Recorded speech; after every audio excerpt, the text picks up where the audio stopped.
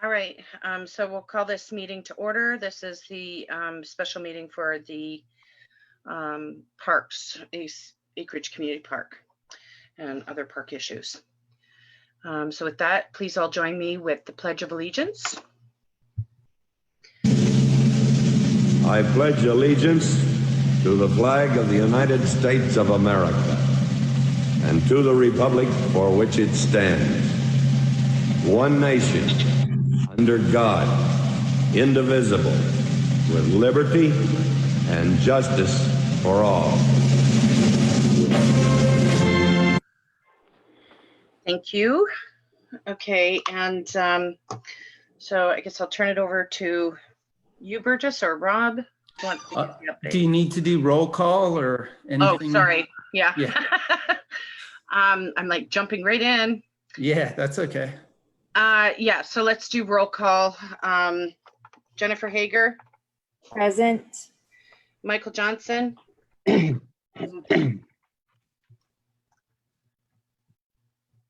Was that a yes, Michael Johnson? Yes, sorry, present. And Tim Sayre. I'm here. Joni Hopkins.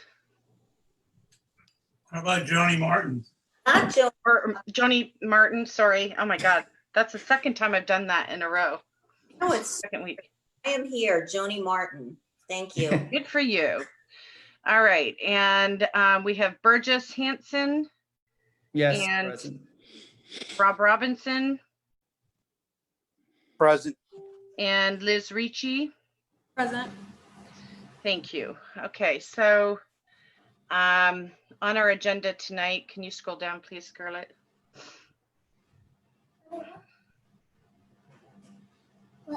Wrong one.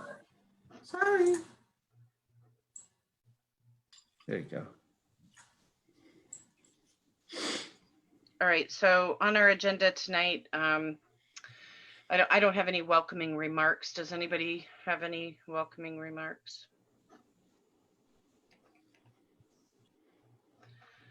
All right, seeing no hands up, then we'll move on to agenda approval. Are there any additions, deletions, or substitutions?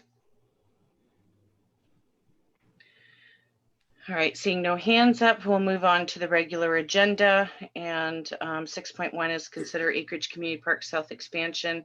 There's actually nothing to consider tonight, just an update from Rob on the status of construction. Excuse me, Betty, do we need a motion to approve the agenda? Oh, yes, sorry. Sorry, I've just spent an hour waiting to do a telehealth appointment with my doctor. I'm a little flustered, which never happened, by the way. I think an hour is a long wait, but anyway. Yep. I'll make the motion. Thank you, Jennifer. Made the motion. Do I have a second? Second. Second by Michael, and I'll do a roll call vote. So Jennifer Hager. Yes, obviously. Yes, I still have to call you in the roll call. Michael Johnson. Yes. Joni Martin. Yes. Tim Sayre. Yes. Okay, and I'm a yes, so that's passes in 5-0. Now we will move on to the Acreage Community Park South expansion update. Please, Rob. Good evening, supervisors, Madam President. It was a good week last week. They got a lot done. I'll just go over everything. Stop me if you've heard it. But all the detention ponds have been fully excavated. Up front, it was detention pond number 13. There was a piece of small culvert that might have been left over from the prior drainage. Further exploration of that showed that it just went in about 5 or 6 feet and terminated. So Rosso did get all of that section up. There was just a small piece which has been backfilled and as built. We're waiting on sod. But that's going to be on hold until we can get the irrigation company lined up to get in there and fix the main. What we're thinking is if we can get the company in, at least do the main in there, get it cleared off, and then they can get in there and plant some of the bigger trees. We don't want to have any more damage to the system than it's already incurred if they were to install the full system in the front 3 detention ponds and then have to come in there and put those large sables in. We probably incur some more damage. So the thinking is we're going to have them come in, do the 4-inch mains that were damaged due to the further excavation, which is again on Rosso's because they didn't fully excavate them to design standards to begin with. They have 1 irrigation company signed up, and my computer is updating here when I turned it back on, so I don't have the information in front of me. But the email that was circulated was that they had come in under the amount approved by the board as a not to exceed to get the ball rolling to facilitate the irrigation. It's been a double-edged sword. Thankfully, it's been raining, so the existing vegetation is getting watered. It's not really hindering work over there. The concrete's been a little bit slower to pour. They do have some sections of D curb remaining. I believe there's about 70 feet left. That was along 140th on the interior to be done. The loop road is complete. Cobra was in doing flat work today, concrete down in the sections that did not meet the design standards and were out of spec for ADA for cross sections. Cobra was in there finishing. They got caught in that rainstorm this afternoon. They were out doing the finishing work and getting everything covered up when I'd left about 5:20. There was an incident. It somewhere there was a clean out that had gotten hit for the sanitary sewer, and water was coming in there with all this rain. It was in a low area. The lift station went off because it hadn't been powered up in a while and was getting full. So we cranked that up, got it evacuated. We were able to find out where the water was coming in. We got that plugged up.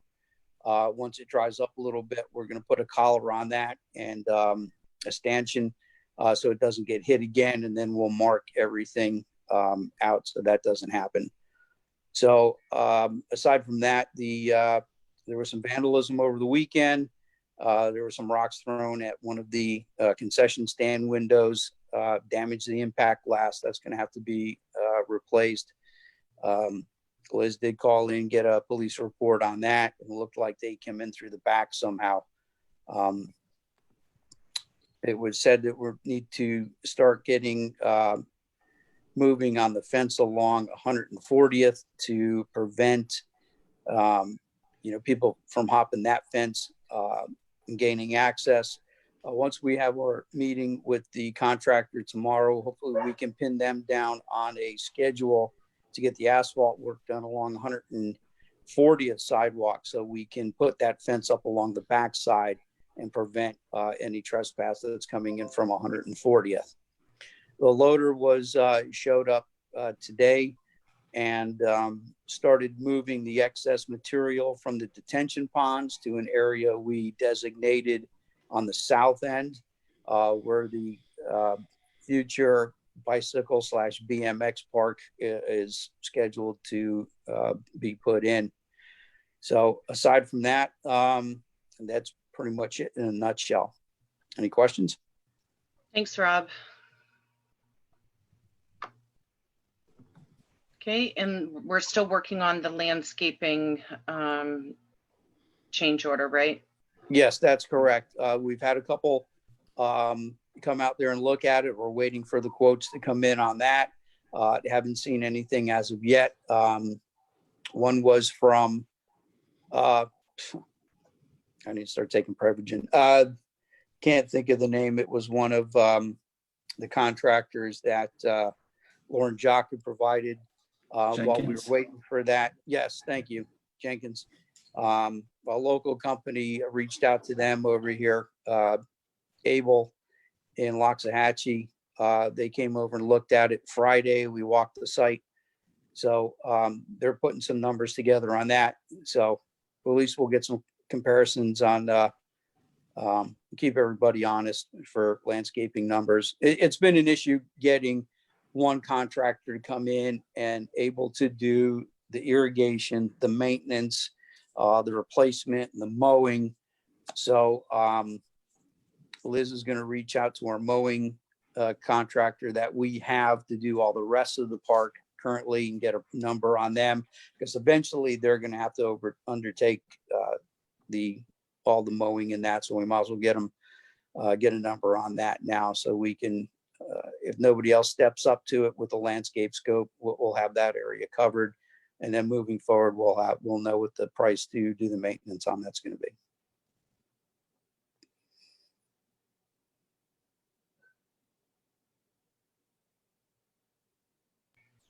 Sorry, I forgot I was muted.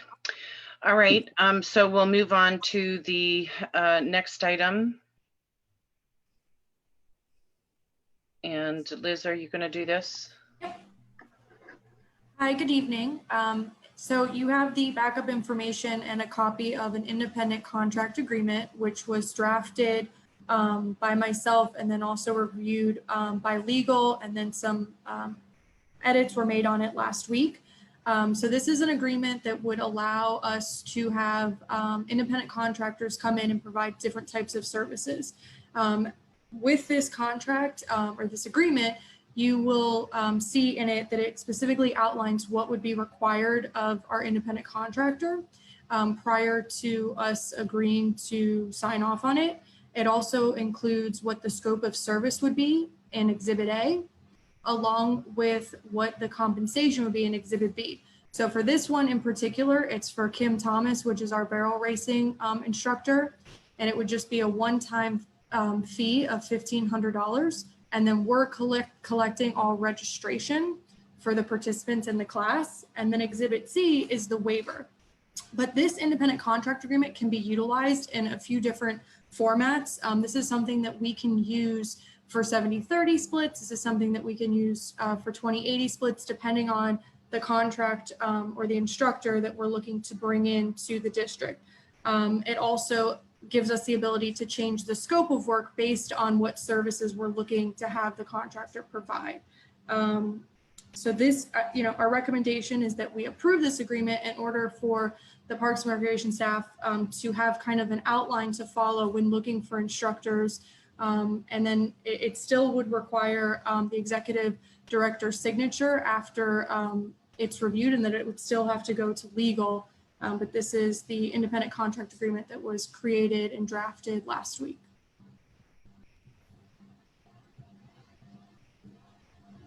Does anyone have any questions? So this agreement, these agreements wouldn't be coming to the board for approval? Go ahead, Burgess.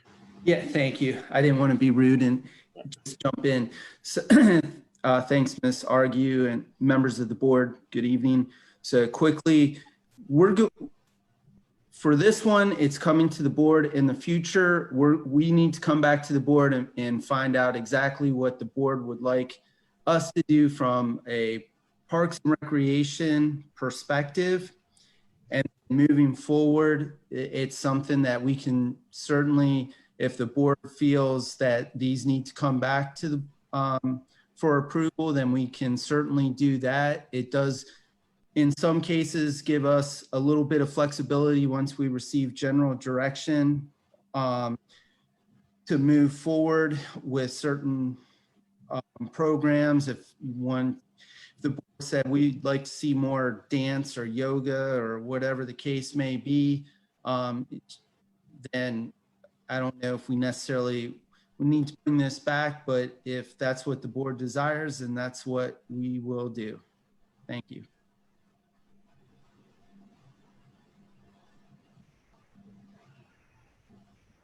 Are there any questions or comments? Tim? Yeah, my personal opinion is that they shouldn't have to bring everything to the board. If we have if we approve something that's similar to this, the job of the Parks Department, the head of the parks, and our new equestrian person is to find people that'll do equestrian stuff, put on shows. If they want to do pickup games at the basketball thing, we're talking about bringing in other instructors for other portions to do other stuff.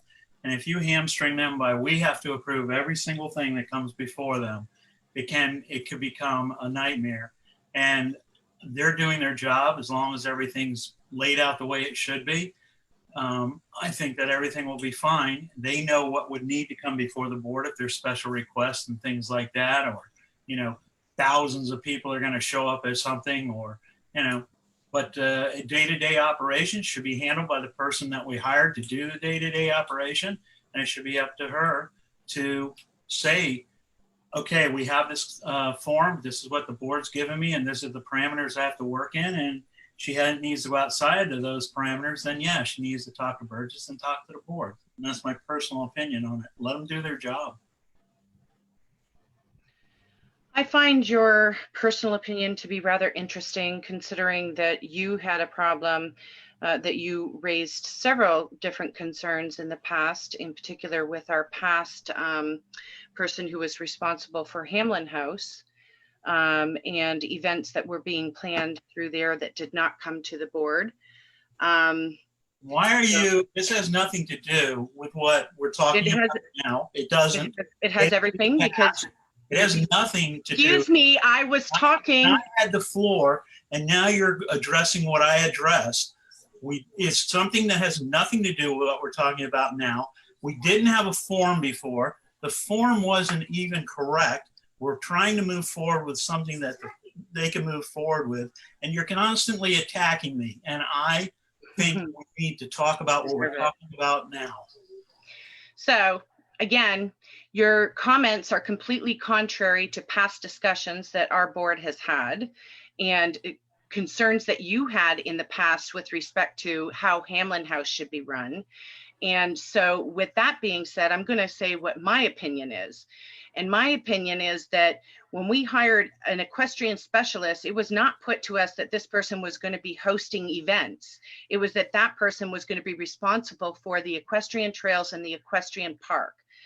If I knew that we were planning on hiring somebody to host events for the district, there would have been a different discussion at that time. So that's the first thing. The second thing is that I think it's great that we're going to be planning and offering additional things, but there's a financial impact on these things. And there's been other discussions that we've had with respect to the equestrian park and impact on the surrounding residents. There's been other issues that we've discussed in terms of non-residents and how that is being addressed. I've asked for the information in terms of the non-resident fee and what we were paying. I never got that except for by way of what's in the backup material. How many non-residents are registered for this program, and where is that money going? We have not adopted policies to address how this should be run and what types of things that person or the Parks Department in particular should be planning and organizing. So while I appreciate that you know, you think that they should have independence, we also are the policy, we have to set policies, and we do not have policies in place. In fact, this planning of this particular event is completely contrary to our policies, which is the whole reason why this agreement was brought to the board. Okay, so I have no problem approving it for this particular event, but I think there's a number of issues that we need to address before we say that, yeah, you can go ahead and do this with no policies, no directives from the board. There's a lot of things that need to be addressed. Are there any other comments? Jennifer Hager? I tend to agree with what you just said, but I think that I also agree with Tim. So with that, I think that we need to allow them to go ahead and follow through with this event.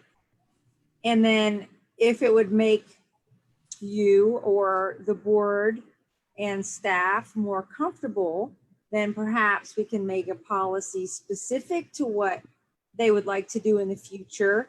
So that would afford them the freedom to do so and not have to come to us every time. Does that make sense?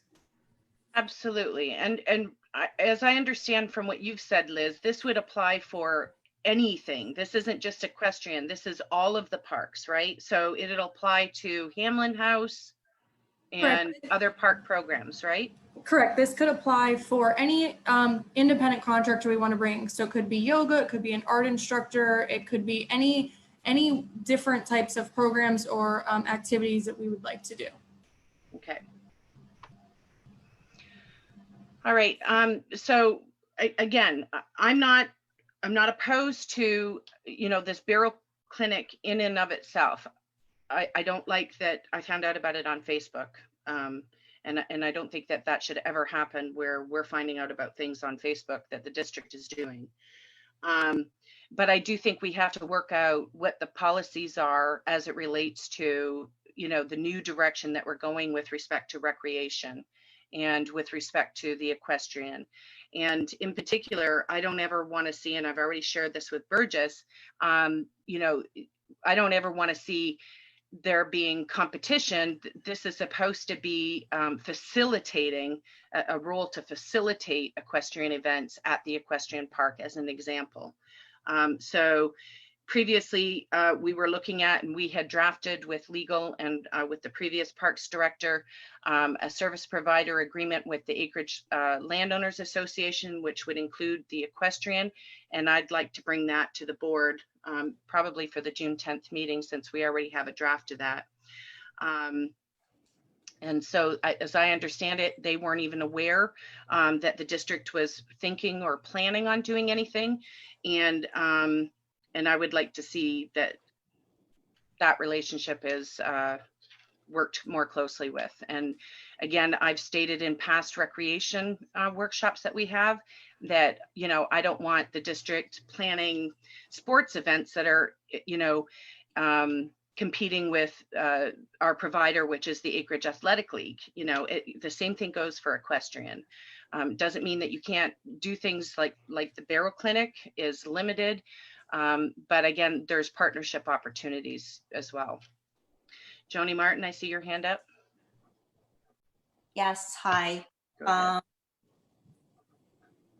So I think what I'm hearing and what I would suggest is that I think we need a little bit more clarity going forward and exactly what all the board members would like to see, what we're all comfortable seeing in terms of what Parks and Recreation will be planning. I think we have a great new staff in place.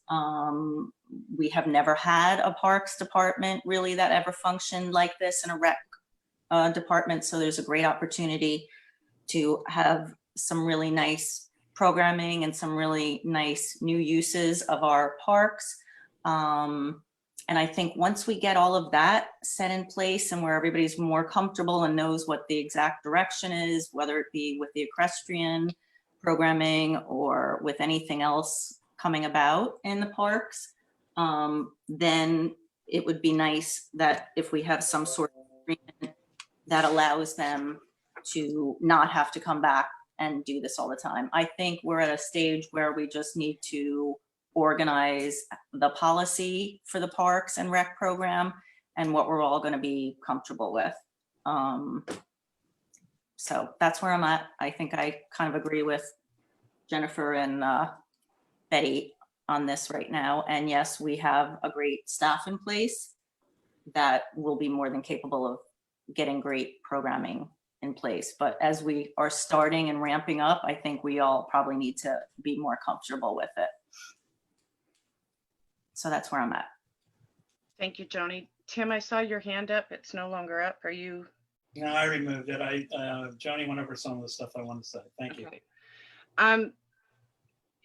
Is there something else that you're looking forward to trying to utilize this agreement for? Some other events, some other things between, now and say the June 10th meeting?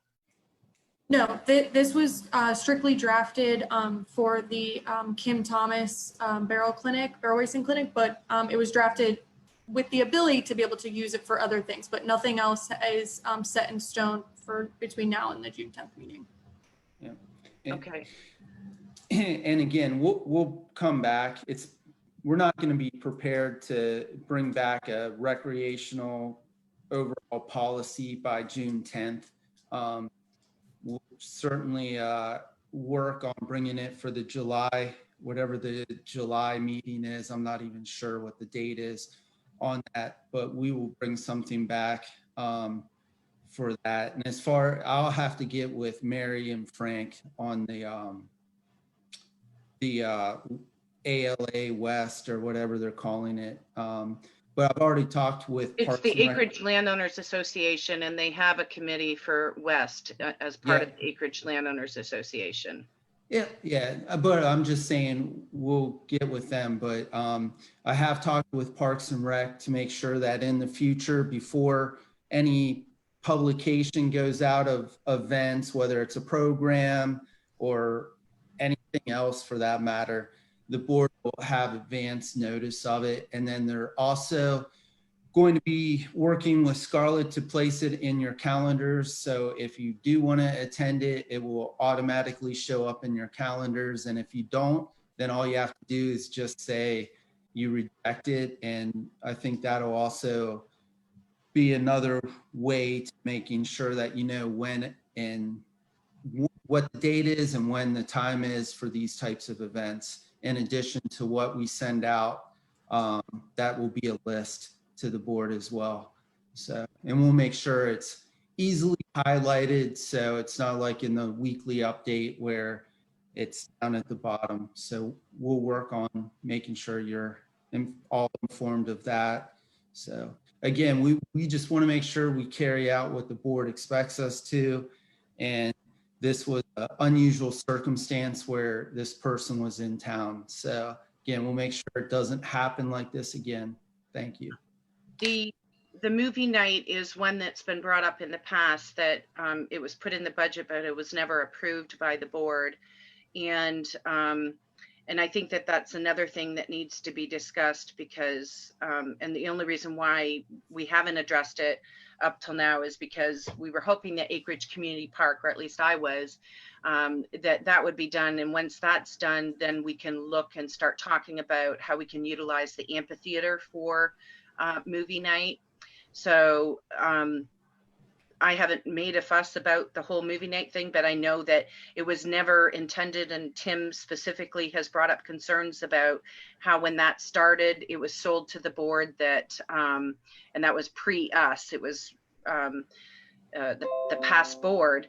When they approved it, it was approved on the basis that there would be advertisements sold that would essentially finance the program. And that never really happened beyond the very first movie night that was held. And I don't even think that the very first one was covered by the sponsorships that were raised. And then there were other things that were happening as far as that. So I think we need to have policies in place that say, you know, here's where the parameters are, here's what the district expects. And I don't want to have these coming to the board every single time, but there are some specific concerns relating to Hamlin House and to the equestrian park that have been raised in the past. And it is a landmine for both the board as well as the community. And I want to make sure that those things are addressed. Otherwise, we're going to end up having some problems. So that's all that I have to say. Tim? Yeah, you addressed my concerns about the movie night very well previously. I agree with you that we need to look at moving it to community park once that's done, using the amphitheater, because we may have to invest in a screen, because there's a door right in the middle of the wall we had planned on using possibly, which doesn't exactly work well. But once we had invested that, we would be pretty much free and clear, except for the cost of the rental of the movie. So I think it's something the board needs to start considering and looking at, so that we're in place for September, October, whenever the weather gets cool enough to start doing movie nights again. So we probably need to start adding it on so we can talk about it and figure everything out. Thank you. when do you think, Burgess, you're going to have, because I know you've been working on, Liz has been working on the parks policies and overhauling them. When do you think you're going to be prepared to bring those to the board? Are we looking at July or August? Well, yeah, that's what I had stated earlier, that I want to try to bring it in July. Okay. Yeah, Do but you want to have a discussion about some of the parameters that the board has in mind at the June 10th meeting so that you can incorporate those to kind of save some time, or do you want to wait till July to have that discussion? If there's things that you're trying to work on planning now, I don't want to be tying your hands either. yeah. I mean, right now we don't really, because of this whole COVID-19, and I'll let Liz speak to any of the plans she has, but really with the policy, that's more the framework. What I'd like to do is be able to come back to the board either that same night or at the August meeting and say, what is it that you as a board want to see from a recreational programming and event standpoint? What do you want to see with ALA, with barrel racing? What can we do as staff? You know, again, we're not trying to reinvent the wheel here or compete with ALA or AAL. What we're trying to do is put in just some stop gaps so there's maybe not constant activity, but so we have activities going on, just not at Nicole Hornstein, but at the different parks, supervised trail rides with, you know, which we can't do until the fall now because it's too hot for horses and things like that. So that's really what I want to spend the time on. And then once we kind of get an idea, then Liz can go back and come up with kind of like what that fiscal year 21, not so much a budgetary plan, but more like this is a programmatic plan, an event plan.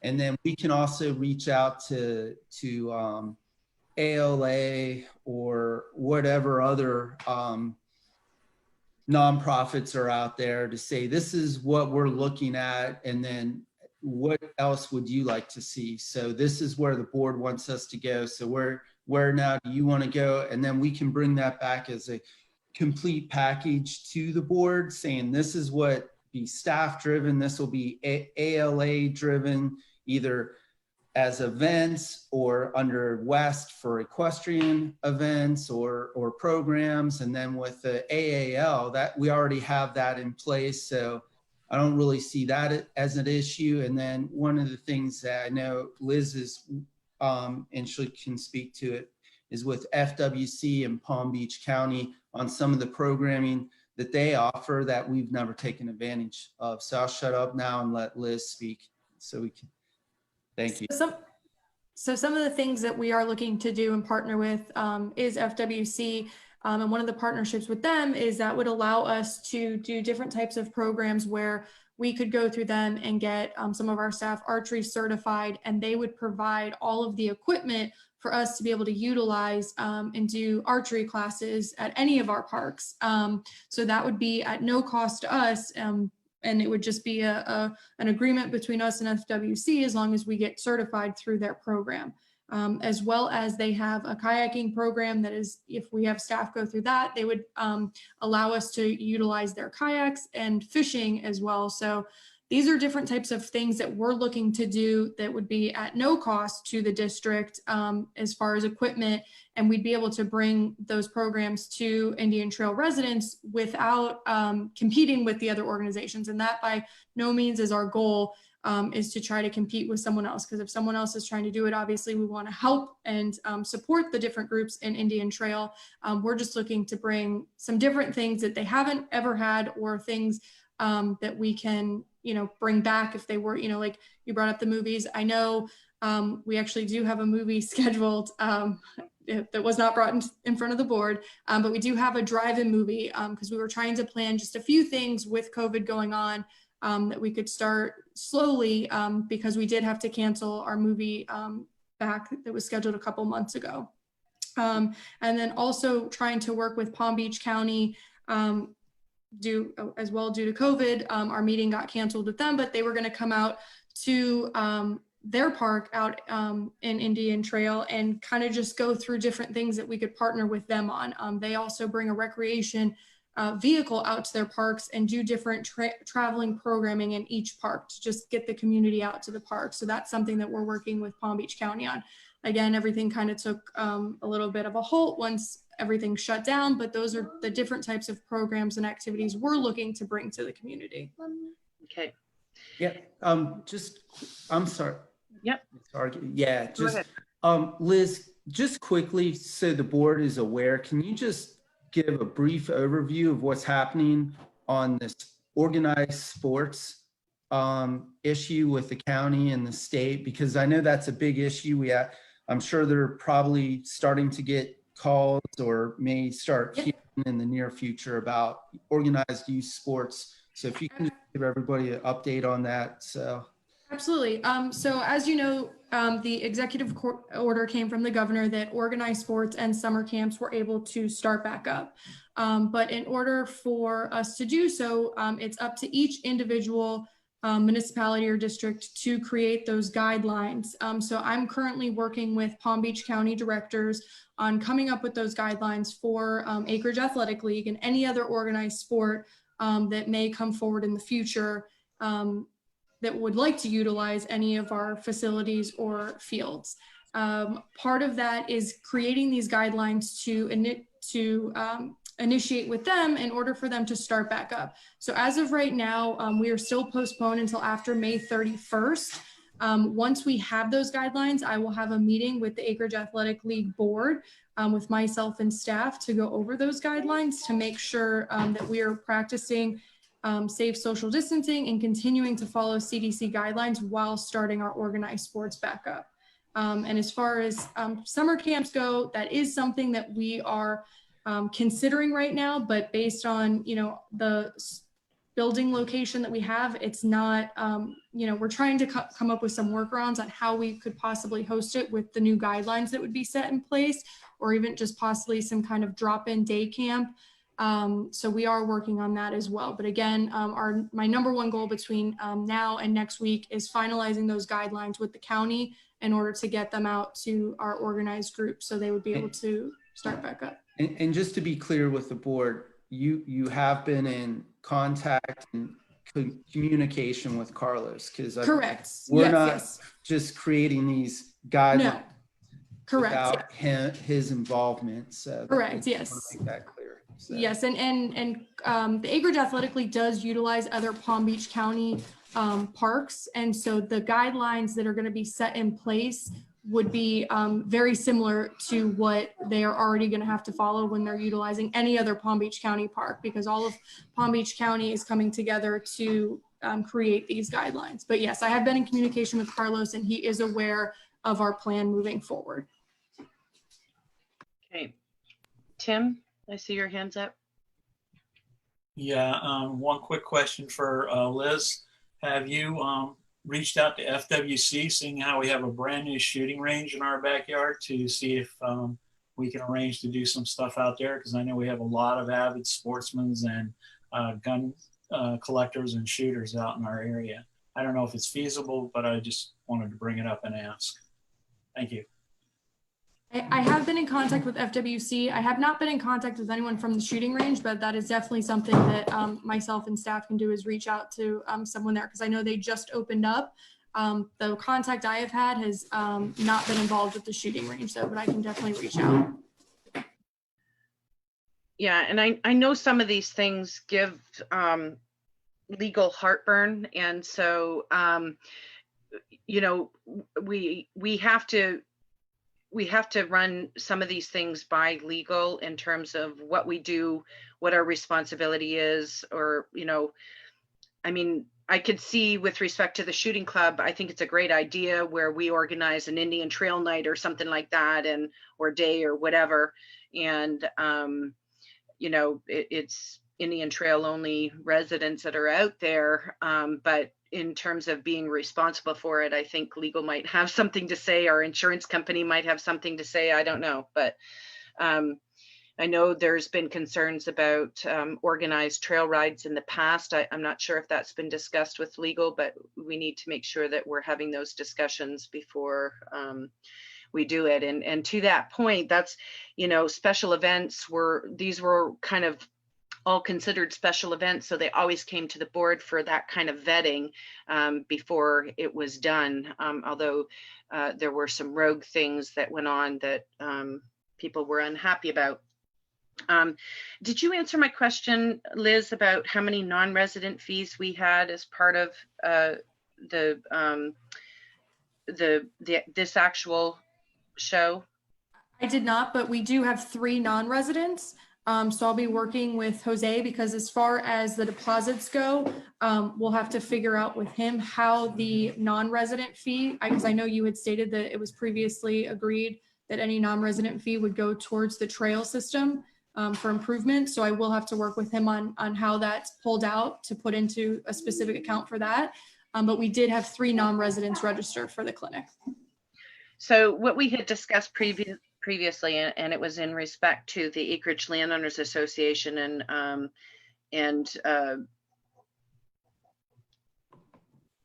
was that we needed to have a non-resident fee specifically for the equestrian park when we were having special events, regardless of who was hosting it, if it was a nonprofit or not. And it came up previously with the AHA, and then again when we were discussing West.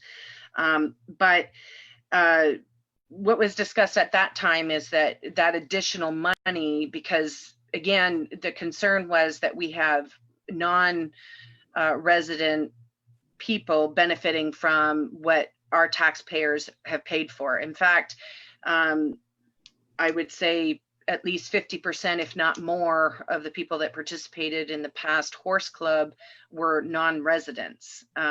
So there should be a difference in fee, and then that should be reinvested in the equestrian, whether it be the trails or the park. But because trails have been sort of a focus of what we want to improve, we figured that that's where we would put that pot of money, because that could pay for maybe a section of fencing or something that we're looking at doing on the equestrian trails.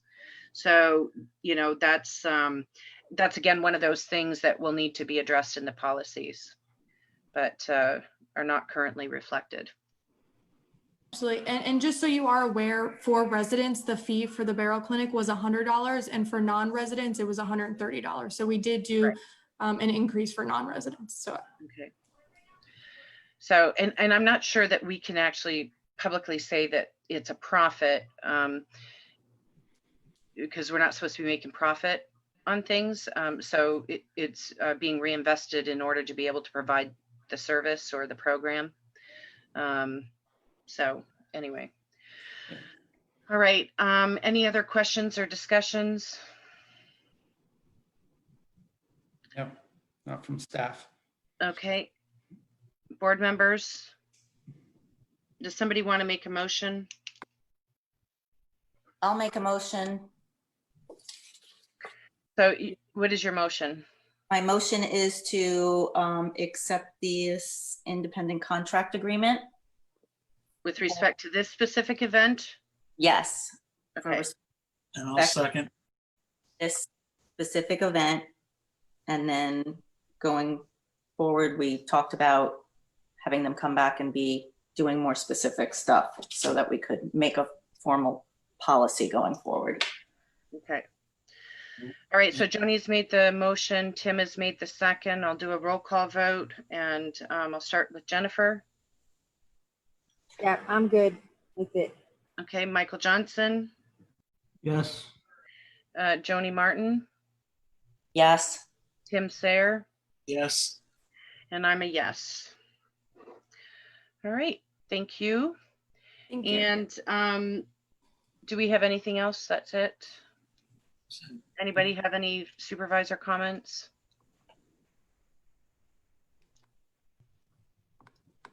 Oh, do you want to talk about the parade? Just a reminder, Liz? Yeah, absolutely. Just as a reminder, this Saturday, May 30th, we have our project graduation parade starting at Citrus Grove Park at 9 a.m.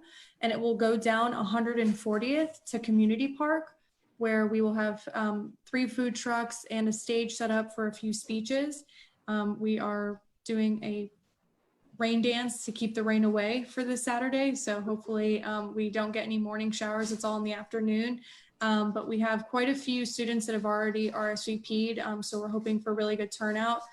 So please come out and stand along 140th and cheer the seniors on, because we're really excited about this event. And just as an FYI, I just found out, I think it was yesterday, that the mail went out late for the invite. And I confirmed today, at least earlier today around noon, that parents still have not received them. So if you could all share the information on your Facebook pages and whatever, if you know any parents that have seniors, make sure that they're aware of it. They should be getting it in the mail, like, you know, it should have been there already, but for whatever reason, it's taken longer than it should have. So there have been, I think yesterday Cindy said 100 people have already registered. So, but there's like 650 graduates. We never expected to get all of them, but you know, if they haven't even received the invite, you know, it'd be a shame if they didn't know about it. So, Joni? Liz, do you happen to have that flyer that you can send to us so that we can post it? I can definitely get you a copy from Cindy. I will get that from her and I will send it to you guys as soon as I have it. It's on my Facebook page too, so. Right, if there's one on the Indian Trail Facebook page. I don't think that there was anything shared on the Indian Trail site. No, all that we've posted is the road closures. Yeah. Okay, I knew I saw something there. Yeah, if you have anything, or I'll take it off of Betty's, but just so we have the correct information, and I would happily share that. I'm sorry to hear that invites went out late. That's unfortunate. Yeah, well, it's a combination of they went out late and it's taken longer than it should have for them to get there. So, and Cindy Walker, with an I, Cindy Walker, it's also public on her page if you go to her page. Okay, perfect. Is it all right if we place that flyer on our website? Yeah. And I mean, Liz, you can even pull it off of Cindy Walker's page, because I know it's she made it a public post and I shared it from there. Okay, I can pull that off and I can do that shortly. Okay. All right, thank you. If there's no other comments by the supervisors, is anybody going on Saturday morning? I'll be there. I know Jennifer has something and she can't be there. I'm Depends on going. whether it's raining. What? Depends on whether it's raining. Okay. Really have to. Yeah. Maybe it'll rain enough now during the week and it'll be a beautiful Saturday morning. We certainly hope so. We're praying. All right, if there's nothing else, then thank you all and have a good rest of your week and a nice weekend if I don't see you on Saturday. I need to motion to adjourn. Motion to adjourn? Motion to adjourn by Jennifer, seconded by Tim. No. I'll second. Seconded by You know what, Tim? I thought Joni did it. I'm gonna get you. I thought I heard Tim say he was second. Okay, roll call vote. Jennifer Hager, Yes. Tim Sayre, In that case, oh, okay, yes. Tony Martin, Yeah. Michael Johnson, Yes. and I'm a yes. Thank you all. Thank you. Okay. Good night. Night. Bye. Guys, bye-bye.